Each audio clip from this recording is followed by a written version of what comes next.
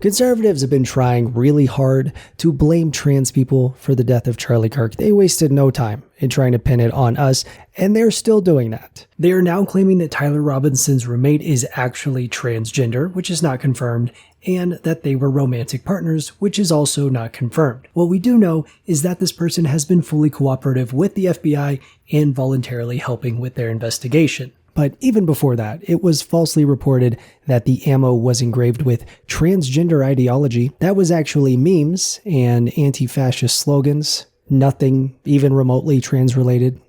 Before there was a suspect, Donald Trump Jr. was one of many who baselessly claimed it must have been a trans person. These same people spewing the idea that white men are the greatest domestic terror threat. It's like, I don't know, guys. Like, I'm going to go out on a limb here and say, it's the radical trans that have killed. It feels like they've done practically every mass shooting in America for the last few years, but we're not allowed to talk about it. And he also said that trans people are more dangerous than Al-Qaeda and the Taliban. On 9/11. He said that on 9/11. Nancy Mace also claimed, with no evidence, that the shooter was a T-slur. Sounds like the shooter was a tranny or pro-tranny. And called for the death penalty, later changing her tune when it ended up being a cis white guy from a Mormon MAGA family.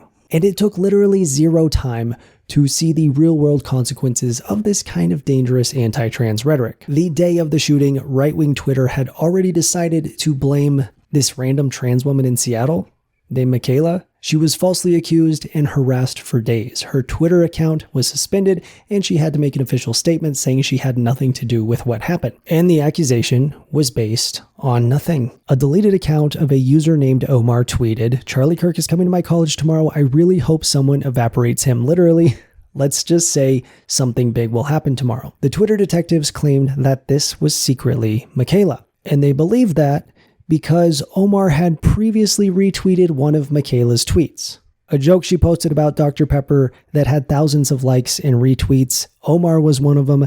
That is literally the only connection between the two of them. But if you Googled the Omar account, her tweet was among the results. Her picture showed up. So the brilliant minds of MAGA Twitter concluded it had to be her. Now, luckily, being at work all day in an entirely different state is a pretty solid alibi. She wasn't arrested or anything, but it is scary to see just how easy it is for any trans person to be targeted and dogpiled on. There is a coordinated effort from the right to paint us as a danger to society, and they are using the death of Charlie Kirk to falsely push that narrative. So I guess politicizing a tragedy is only bad when you're calling for gun reform in the wake of children being murdered, but totally fine when you're inciting violence against a marginalized group that had nothing to do with the situation.